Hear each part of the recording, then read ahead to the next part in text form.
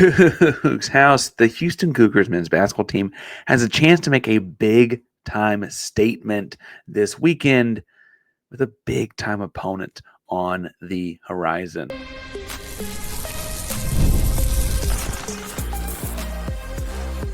You are Locked On Coogs, your daily podcast on the Houston Cougars, part of the Locked On Podcast Network, your team every day. Welcome to Locked On Coogs, a podcast about your Houston Cougars. I'm your host, Houston-born teacher and coach Parker Ainsworth.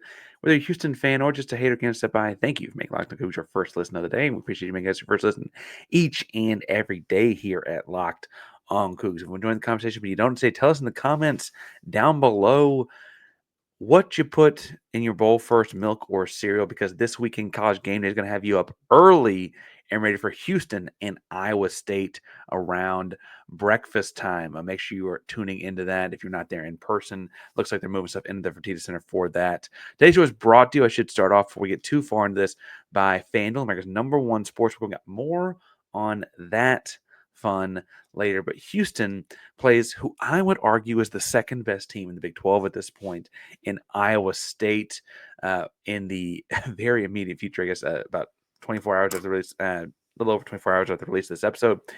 And I have to say, I want to talk first about why I think they're such a talented opponent, what sticks out to me about them after watching a couple of their games. It's hard to find games when they're healthy, but that's a whole separate story. We'll talk about in a second. I'm talking about the matchups. I'll talk about the matchups and kind of see where Houston can take advantage of some things. And frankly, if I'm being blunt, where Houston's got some problems and they may, maybe minimize over the course of the game. Last but not least, I do want to remind you guys about why this weekend is potentially such a big, high stakes weekend. Now, I want to preface this by saying I've watched a couple of condensed games. It's been a hectic week in the Ainsworth household, but a couple of condensed games of Iowa State. And so I don't have I've watched all, 26 game picture or anything like that. I don't mean to be that kind of expert. I do think Nick does a great job of that over at Locked On Cyclones, but as a scout, I feel like I got a pretty good idea after a couple games. I watched them. Most recent game is Colorado, condensed game. I watched the second half of the Arizona game, I guess, on TV, that and the overtime. So that it wasn't condensed and it wasn't. Anyway, we'll get to that one at some point as well. And I went back and watched the game at Cincinnati as well on a condensed game. So try and get a feel for what they look like lately, because this team has been a dramatically different team lately than it was for about a 6-week stretch. Look, I think that the second best in the Big 12 when healthy. Obviously, I put Houston above them because I think Houston's very, very good. But this team was dramatically different for about a 6-week stretch with Milan, Momcilovic. Momcilovic, he's a really talented guy. I remember from a year ago. He missed 3 weeks with a injured hand or something. I don't really know the whole story there. Missed a few weeks. In the time he was gone, they went 3-4. Dramatically different team with him not in the rotation lineup, right? 3-4 in the time he was gone. In the time he was gone, they also had the dramatic loss to Arizona, in which they're up by 3. Arizona's got a literally Caleb Love full court heave to force it to go to overtime, and then there was no turning back. Arizona's going to win that one in the desert. And then that kind of spiraled into a couple more losses without Milan on the floor. Milan for Iowa State, right? And so I want to stress that with him healthy, this team is dramatically different. Team only has one loss. That one loss to a very, very familiar Auburn team, to a Houston Cougar fan. They lost to Auburn by 2 in the Maui Invitational out in Maui around Thanksgiving time. We obviously know how different teams can be in February than they were in November.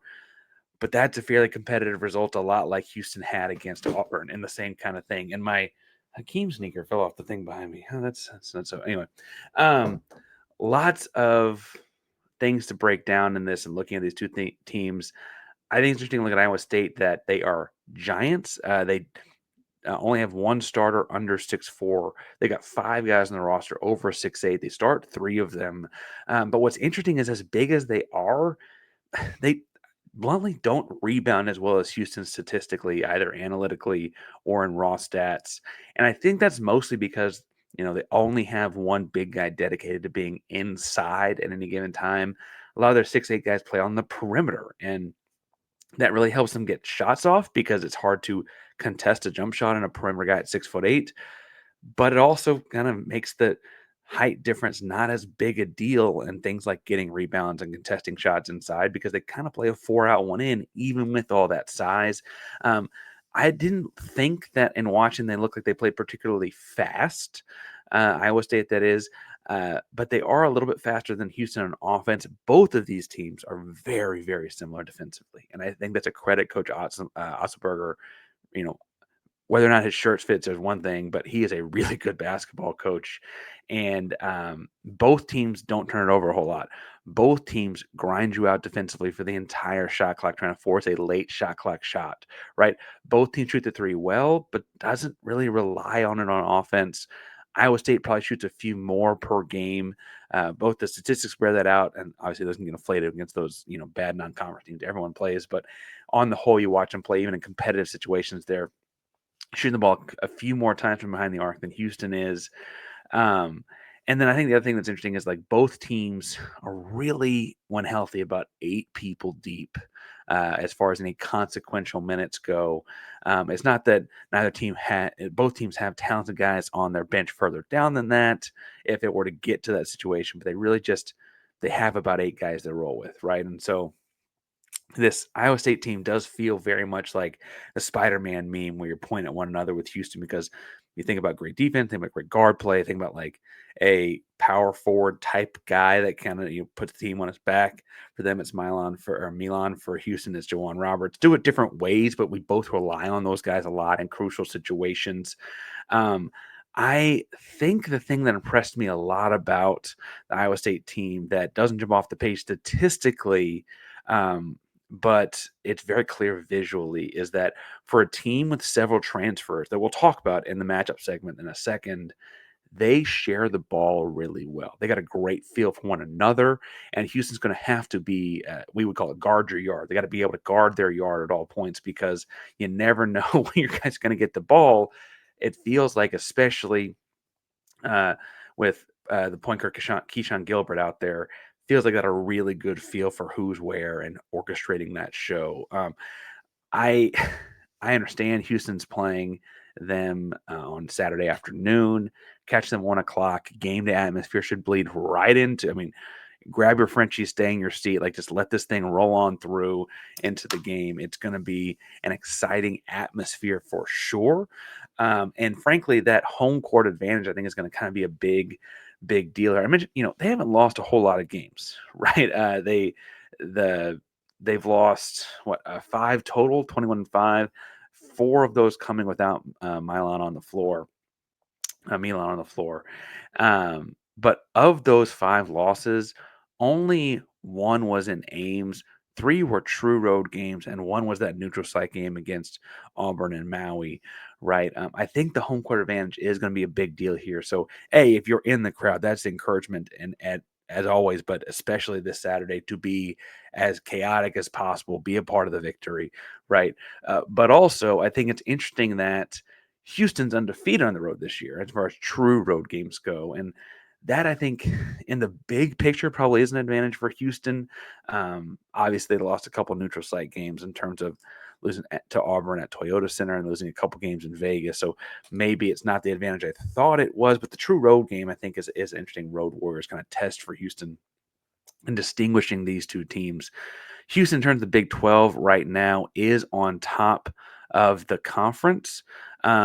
Arizona is right behind them, just 2 games back, but Houston does have that tiebreaker, and that Houston beat Arizona, right? If you go further behind that, then Texas Tech and Iowa State are tied at 11-4 in conference play, right behind Arizona. Again, those 4 losses for Iowa State did not have Milan on the floor, for Milan Momcilovic on the floor for them. So I think that's an interesting way to look at things. Now, if Houston were to beat Iowa State Saturday, and I think they can and should, be a close game, competitive game, but I just have faith, right? I'm not saying it's the blowout kind of thing. I think that Houston's going to win a competitive close game in Fertitta Center.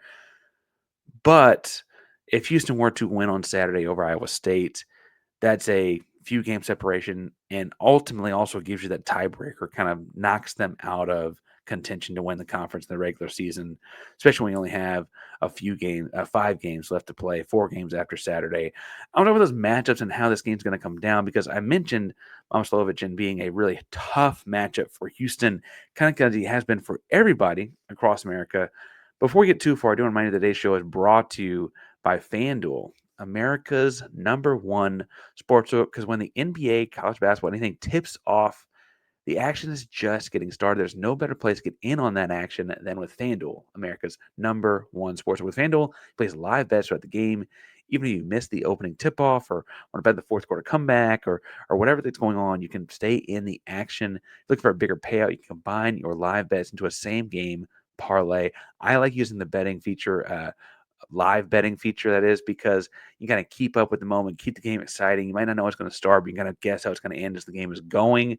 Whether I'm backing the Houston Cougars or Houston Rockets or picking a late player to hit a big time clutch three, I never feel like I miss my chance when I'm live betting. Plus, the app is easy to use.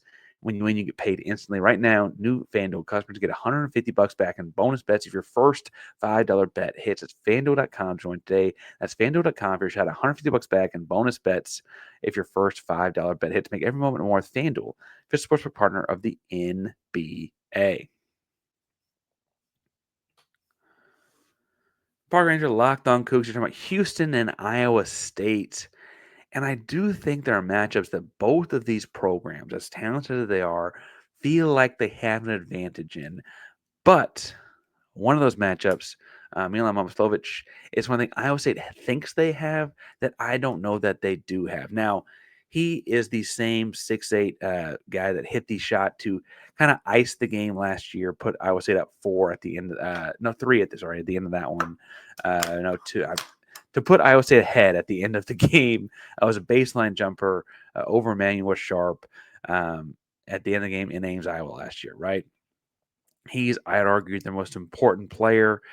Very literally, 4 of their 5 losses have been because he was not on the floor, right? When he's on the floor, the spacing is different. The offense is different. How you cover them is different. And so even if he's getting 10, 11 points, he's getting more than that. But if he's getting 10, 11 points per game, you got to cover it differently so it opens up other things for them. Now, last year, Houston went with a manual on him, and it worked great. In the 2 regular season games, he had 9 when they played in Houston and 11 when they played up in Ames. Obviously, the conference tournament championship game went a whole lot different, but that's, relatively speaking, keeping him under wraps. And Emmanuel did a great job with him. Wingspan, the strength, kind of kept him off his spots. The big challenge with him is not he's very shifty, right? He's 6'8", he's long, but he is such a good shooter. 43% from behind the arc on just about 5 attempts per game this year. It's over 4, just under 5 attempts per game this year. You got to close out on all jump shots. Got to treat him like it's going in if he gets shot off, right? That means that he then has a 6'8" first step to get by you if you're not prepared for him to, pump fake and go. Emmanuel's, again, length and strength helped him out a lot on that matchup last year. I'm trusting him again this year. I assume that's the matchup. If it's not him, Terrence's length should help him play a similar type of perimeter game. And Terrence is both Terrence and Emmanuel are much better athletically than Milan. Milan's first step is just so big at 6'8" that even if it's not as quick as a couple of Houston guys, it's longer, and so the separation it creates is a lot bigger, right? He's really, really tough and hard to guard, and opens up a lot of things because he is that 43% shooter. You can't leave him up on the perimeter. You can't come off to go help or whatever, right? The guy I think might be more important for them is who I'm going to put Milos Uzan on. And that's Keyshawn Gilbert, their point guard. Now, he is scoring 14.1 points per game and getting 4.5 assists per game. He is so quick, so shifty, and he's got this, train engine kind of feel to the way he controls a basketball game. And that is to say that he keeps them moving forward. He keeps them making, they go 3 or 4 times now without a basket. He makes sure that someone gets the ball close to the rim at the end of that possession. If he thinks Milan is hot, he's going to feed him the ball in the next possession. If he thinks that Lipsy's hot, he's going to feed him the ball in the next possession. He's going to continue to steer that ship or direct that train, whatever metaphor you want to do. He gets the thing going. That's why I think you still put Uzan on him as opposed to Milan, because I want 6'4" on 6'4". I want the strength of Uzan on him. I want the, frankly, basketball savvy of Uzan on him as well. Uzan turning into a great perimeter defender in his time at Houston, and I kind of feel like that's where I want to go with that as far as defensive kind of things go. Gilbert is a good defender as well. I imagine he's covering Milos when the tables are turned, the other side of the floor is happening. I think I'm trusting Milos to do his normal thing against him, but I imagine that's a constant. They play each other 94 feet both ways, kind of thing, for the duration of their time in the game. This one.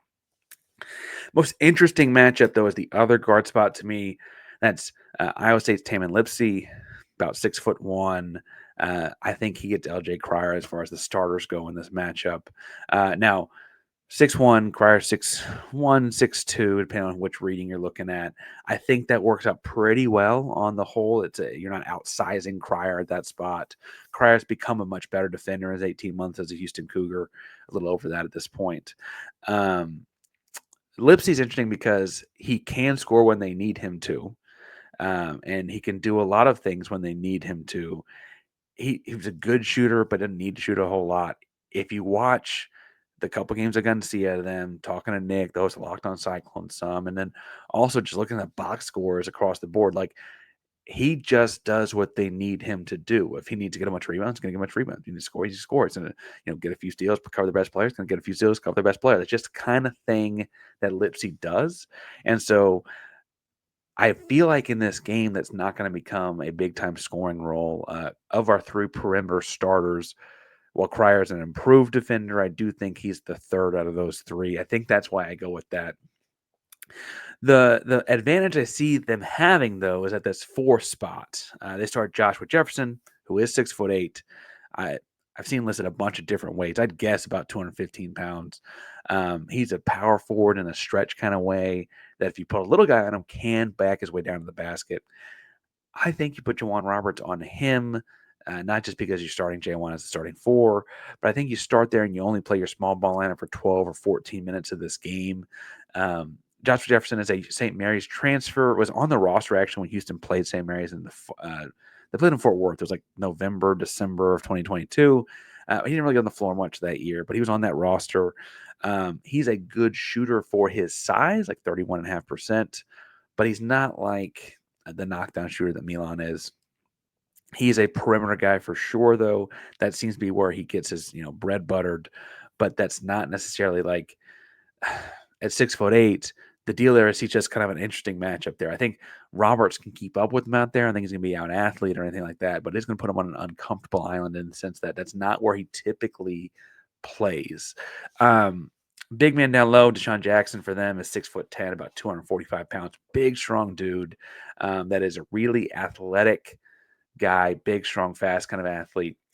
I guess his path is went from Washington State to Charlotte and then back into Power 4 basketball here at Iowa State. He is good because he is big, strong, fast. I don't think Tugler is going to be outmatched there. I do worry about this turning into a hustle foul versus hustle foul kind of game for JoJo Tugler. That's the natural matchup to me, though, is Tugler's big and strong and makes up for the couple inches he's short, but the gigantic wingspan. I bet in a standing reach, Tugler actually reaches higher than Deshaun Jackson. I don't have any official wingspan on him, but I would guess just in watching him play a little bit, that's the case. Off the bench, they pull off a guy named Curtis Jones, 6'4", scorer. Actually leads them in points per game for what it's worth.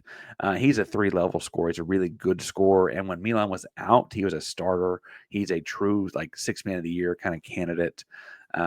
He's a really impactful guy.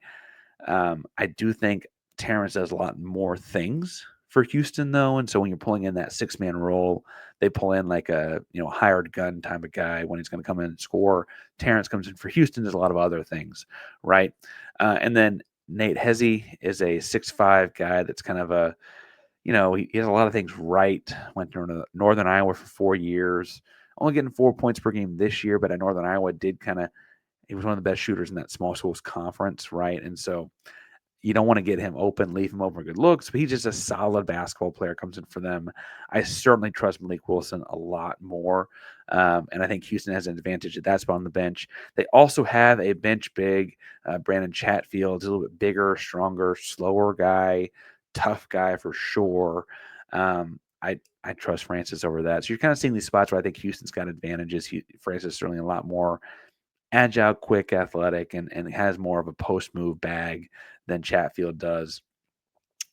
And so across the board here, it's a couple key spots. Like if Roberts can cover Jefferson, they'll be okay there.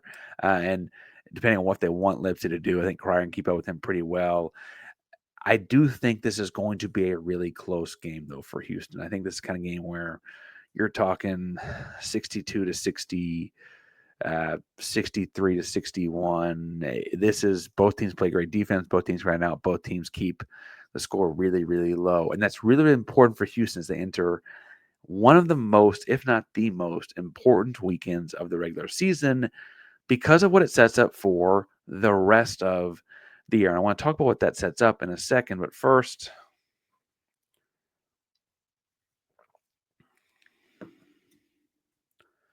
Park Ranger locked on Coogs from Houston and Iowa State as they get ready to tip off in a college game day type of atmosphere this week. And Iowa State number 8 team in the country. Houston is number 5. Both representing the Big 12 in the top 10. Good things all the way around, right? This weekend, however, is the most impactful weekend as far as Houston getting ready for March Madness of any weekend they've had this year. And there's a few slight differences, but functionally, you play Iowa State Saturday and Texas Tech on Monday. That's 2 games that are going to be nationally televised. That's a college game day atmosphere on Saturday, a big Monday atmosphere on Monday. You're getting the spotlight in every sense of the word on both games. But also, that quick turnaround is a lot like Sweet 16 Thursday, Elite 8 Saturday. That's a lot like round of 64 Friday, round of 32 Sunday. And for Houston, that could be a lot like Final Four Saturday, championship game Monday, right? That's how March Madness plays out. It's a series of 2 games in 3 days. And as you go further, the competition gets better. For Houston, this is 2 top 10 teams in hostile environments with the nation watching. And it's those 2 games in a span of about 72 hours. That's as close to the March Madness thing as you can realistically get in the regular season. Now, win, lose, tie, draw. And I think Houston can win both. I've also been longstanding that the team that wins the Big 12 is going to have about 3 losses. Houston's only got 1 in conference. You do the math. Like I something's going to happen. I just don't. As much as I think Houston can finish the season with just 1 conference loss, it just doesn't seem realistic. And I don't know what that means is going to happen the next 2 days. For all I know, they'll drop Cincy when they shouldn't, or whatever, right? But this weekend, win, lose, tie, draw is going to give you a great gauge. It's going to give the staff a great gauge. It's going to get you prepared for those weekends in March. Now, in 2022, Houston makes an Elite 8 run, right? American Athletic Conference still at that time. And even with injuries and everything, they got to the Elite 8 and they seem to run out of steam, just run out of gas, really, at the end of that Elite 8 game against Villanova. And we look at that season, that Houston Cougar team, went back and looked at the schedule, make sure I wasn't wrong on this, didn't really have any weekend like this on the schedule. Part of that was because they're American Athletic Conference, so you never had 2 games of you rarely had, I should say, 2 games of even top 100 in KenPom, let alone games like this caliber in a 72-hour span. Right, in their non-conference earlier part of the season, I should say, they did play Wisconsin and Oregon on back-to-back games. The tournament was in Las Vegas that year because of the fall of 2021 and traveling was weird or whatever. Both were top 100 in KenPom. It was back-to-back days. It feels similar, both Power 4 schools or whatever. But Wisconsin was not themselves that year. Oregon was not a contender or anything like that, like Tech and Iowa State both are. Only other instance of that season you can argue they had other top 100 KenPom games where you saw SMU on a Wednesday and Memphis on a Saturday, and that's further apart. They later saw Wichita State, Tulane, and SMU spread out across an 8-day window, but that's not really the same. That's also kind of, again, further back in the top 100 of Ken Palm that season. Great year for the program, but you got to wonder, had they had things preparing them earlier in the season for Final Four Saturday, National Championship Monday, Sweet 16 Friday, Elite Eight Sunday, whatever the case may be, would they have been more prepared? Would they have just had a better understanding of how to go about that weekend as a team? The coaching staff does. They've been to the Final Four. And then for you go further back, Kelvin's coached another Final Four, and some of you guys played for him in that one, right? But it's different when you've lived it, as a team program, present tense, going through that kind of a weekend, those kind of 3 days. Obvious difference between this weekend and March Madness. Get the first one at home, right? You're playing in front of your home crowd, Fertitta Center. Houston rarely loses the Fertitta Center. Knock on wood. I don't want it to happen this weekend either, but it's a rarity, right? I mentioned that Iowa State's not great on the road either. On top of having Milan out for several games, they've lost several road games this season. So that makes it a little bit different. And then the inverse is that Monday's game is in Lubbock, and they're pissed, right? JT Toppin got tossed in the first game. Grant McCaslin got tossed in the first game. And so even though they beat you earlier this season, they feel like they still have some revenge to pay, right? So that's an interesting atmosphere that we're going to break down before Monday. That is a different thing. The other difference in this is that you've played Tech once before. It doesn't happen very often. You see a team you've played before already in March Madness. I say that after it just happened to Houston last year, but it's not a very common thing, right? And so the level of opponent twice in 72 hours is kind of where this comparison may halt. And I understand if someone may think I'm crazy for thinking this, but I think this is the kind of thing that makes playing in the Big 12 so important for that elevation of Houston to that next level of program. Houston made it to a Final Four from the American Athletic Conference. It showed it can be done, right? They made it to the Elite Eight from the American Athletic Conference. They got five-star recruit Jarris Walker from the American Athletic Conference. They got Marcus Sasser in the league, Quentin Grimes in the league, Jamal Shedd in the league. I guess Jamal Shedd played a year in the Big 12, but you feel me? They DeJon Jarreau, they did these things, right? But also, right, as far as getting over the final hurdle goes, the 72 hours this weekend between Iowa State on Saturday and Texas Tech on Monday are as close as a preparation as you can really get. I mean, even in any other metric, you look at the AP right now, Texas Tech is 9th, right? Houston is 5th, Iowa State is 8th. Alabama did lose already once this week, and they lost to Auburn last weekend. All three Big 12 teams could be moving up, right? It's not a crazy world out there where that could not happen. And this could ultimately be three teams that are all playing for Final Four position. Seriously, in the same conference. And so the way that this has played out for Houston, I would have thought it'd been different weekends. Preseason, Baylor and Kansas were ranked really high, et cetera. We knew Iowa State's going to be good. That's never been a doubt thing, right? But this is shaping up for practice in the second half of February for what could set up for a very special March, especially given that the whole Final Four thing's in San Antonio, right? And so I say it to say that there's a lot of interesting things to follow this weekend. And win, lose, tie, or draw, we could very well be looking back at this 72-ish hour window as super, super important come late March or even potentially early April. Now, if you think I'm crazy, think I'm lost my rocker or whatever, you can find me on all social media at Painsworth512. On Instagram, I'm at Ainsworth Sports. Thank you all for tuning in today and listening to Locked on Cougars, your first listen of the day. We'll be live post-game for a little bit of a post-game reaction. Link to the show varies. We'll see how those kind of things go. And then obviously on Monday, we're breaking down things getting ready for Texas Tech Monday night. Still working some time to get on with Chris Level or Casey, other the guys over at Locked on Texas Tech, but more on that one later. Let's get this one down first. Again, I'm thinking Houston like 62-60. We'll see how things shake out. Again, Locked on Cougars is a prime member of the Locked on Podcast Network. That means your team every day. Go Cougs.